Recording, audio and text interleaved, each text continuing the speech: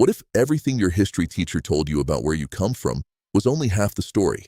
Not wrong exactly, but incomplete in a way that changes everything. Because right now, scientists have cracked open the DNA of an entire nation, and what they found inside doesn't just rewrite Serbian history.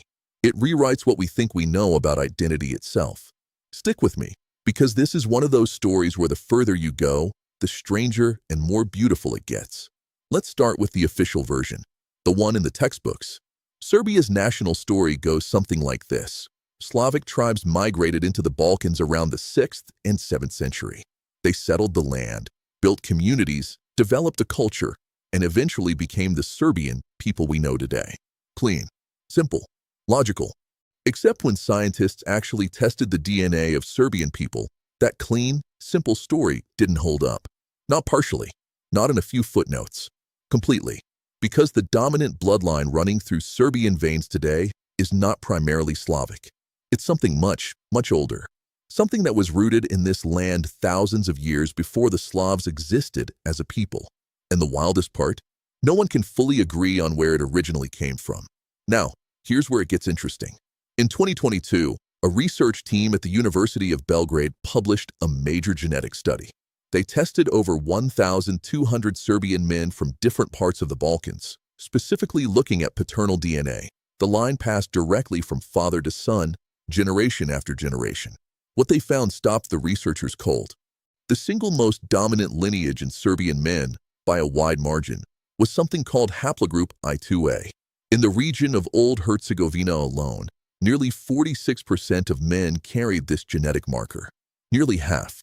That is not a small sample. That is not a statistical blip. That is the genetic bedrock of an entire population.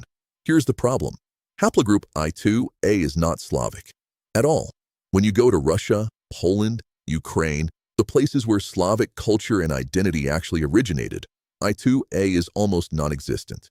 It barely shows up. It was never a Slavic marker. It belongs to a completely different world, the ancient Balkan world, a world that was already old when the first Slavic tribe hadn't even formed yet. Dr. Marijana Perisic, a researcher at the Institute for Anthropological Research in Zagreb, Croatia, addressed this directly in her widely cited 2005 study published in the American Journal of Human Genetics. She concluded that the high frequency of I2A in the Western Balkans points to significant continuity with pre-Slavic Balkan populations that were later absorbed linguistically into Slavic culture. In plain language, the Slavs changed the language. They changed the customs.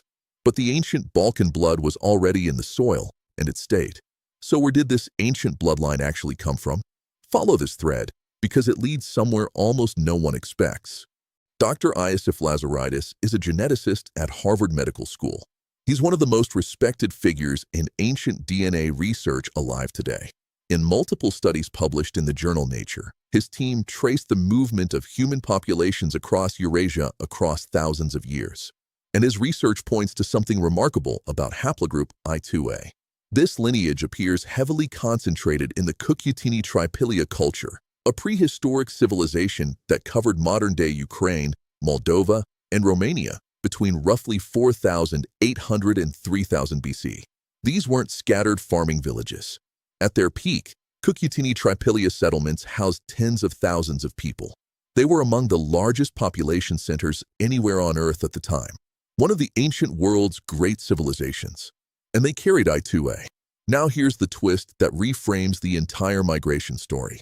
Centuries after this civilization flourished, long before Slavs ever entered the Balkans, people carrying I2A moved northward into Eastern Europe. They blended with early Slavic populations there. Then when those Slavic groups migrated south into the Balkans in the 6th and 7th century, they unknowingly carried that ancient Balkan lineage right back home with it. The bloodline had made an enormous loop. It traveled north, hid inside a Slavic wave, and then returned to the very region where it had always belonged. There's an old Serbian folk poem that speaks of ancestors who came from the earth itself. Scholars used to treat that as poetic imagery. After reading this research, it starts to sound less like poetry and more like cultural memory. But just when you think you have a handle on the story, another layer surfaces, one that involves the greatest empire in human history. For nearly 400 years, Rome controlled this land. The region known as Misha Superior, which covers most of present-day Serbia, was one of the most strategically vital frontiers in the entire Roman Empire. Roman roads carved through the mountains. Roman legions guarded the rivers. Roman cities rose from the soil. And it wasn't just geography that tied Serbia to Rome. Two of the emperors who shaped Western civilization were born here. Emperor Diocletian, Emperor Constantine the Great, the man who transformed Christianity into the official religion of Rome. Both of them came from this land. In December 2023, one of the largest ancient DNA studies ever conducted on the Balkans was published in the journal Cell. The lead researcher was Dr. Inigo Olalde, a research fellow at the University of the Basque Country in Spain, working alongside scientists from Harvard University, the Institute of Evolutionary Biology in Barcelona, and the Institute of Archaeology in Belgrade. His team analyzed the DNA of 136 individuals buried in present-day Serbia and Croatia during the Roman and early medieval periods. What they found inside Roman-era Serbian burial sites genuinely shocked the researchers. 3 men buried in Serbian soil showed DNA ancestry tracing back to sub-Saharan and North Africa. One individual, buried at the Roman city of Viminatium near the Danube, showed ancestry pointing directly to East Africa. He died in adolescence. He may have been a soldier, a trader, a slave. No one knows. But he had traveled thousands of miles from home, and he died on the northern edge of Rome's empire. This was Rome at its most cosmopolitan, connected in ways that feel almost modern.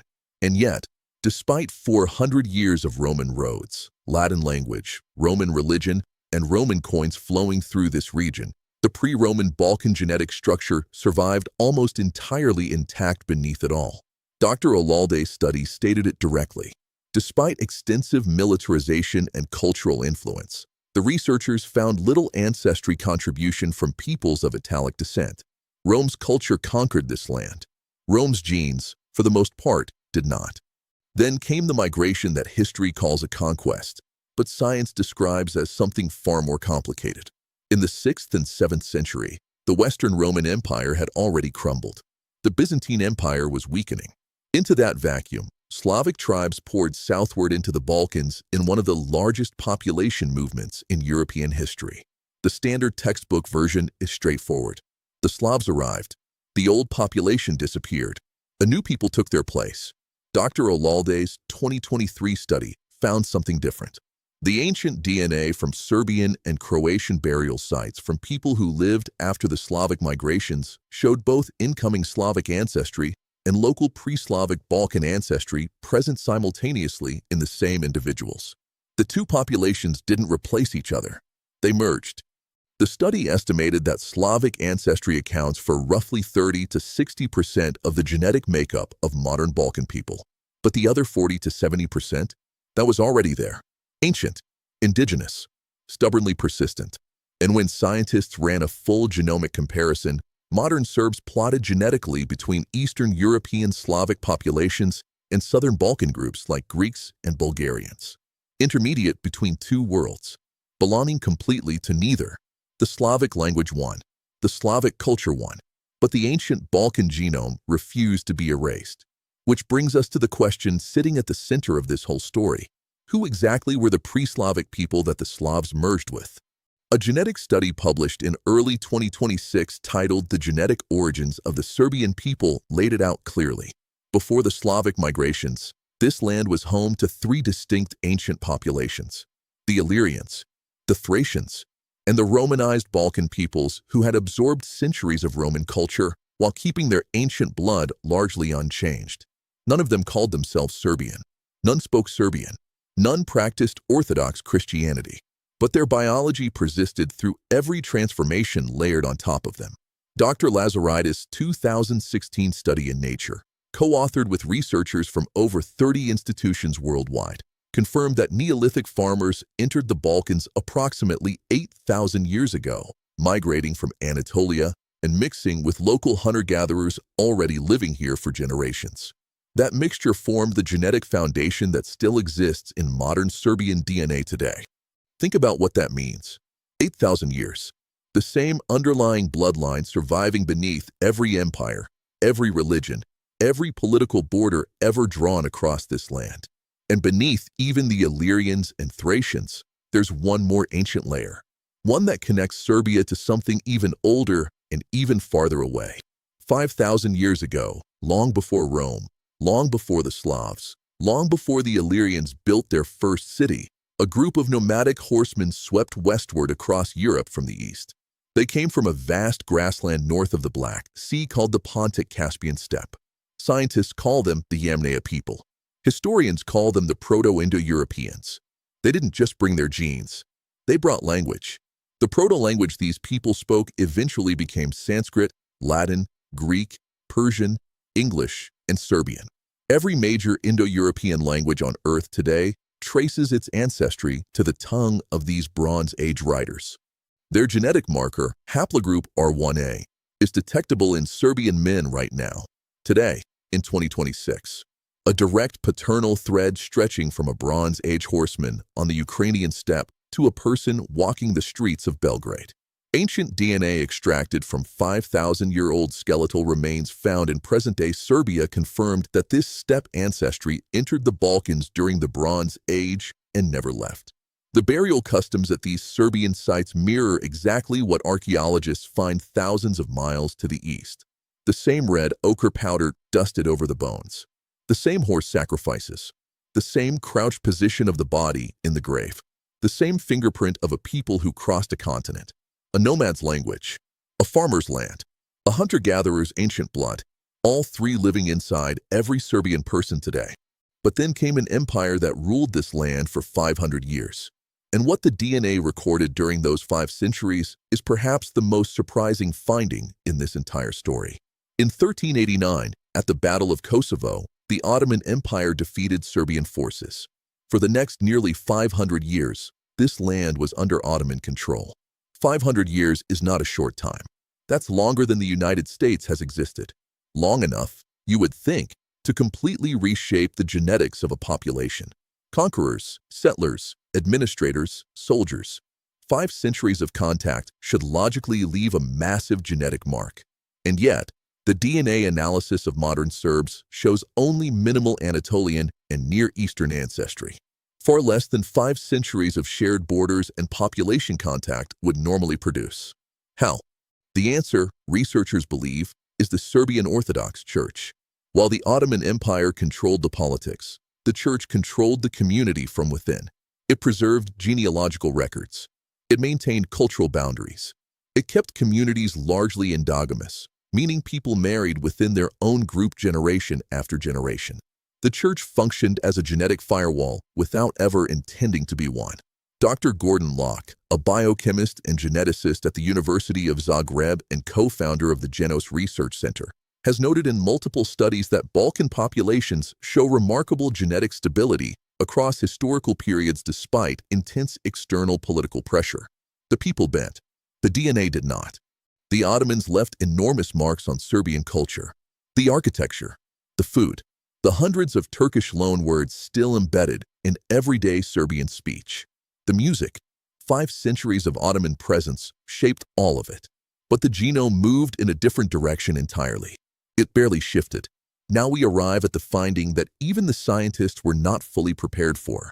Dr. Olalde's 2023 cell study, the same Harvard-linked study analyzing 136 ancient Balkan genomes, dropped a conclusion in its modern DNA analysis that has quietly unsettled a great deal of academic and political thinking in the region. Serbs and Croats are genomically near identical. The same proportions of ancient Balkan ancestry, the same Slavic components, the same haplogroup distributions. The study stated it plainly. The picture that emerges is not one of division, but of shared history. 2 nations, different alphabets, different religions. A brutal 20th century war that killed hundreds of thousands of people on both sides. 1 genome. This is where genetics stops being just science and becomes something deeply, uncomfortably human. Serbian and Croatian historians have spent decades building arguments for separation and difference. Geneticists keep arriving at the same conclusion, pointing in the opposite direction.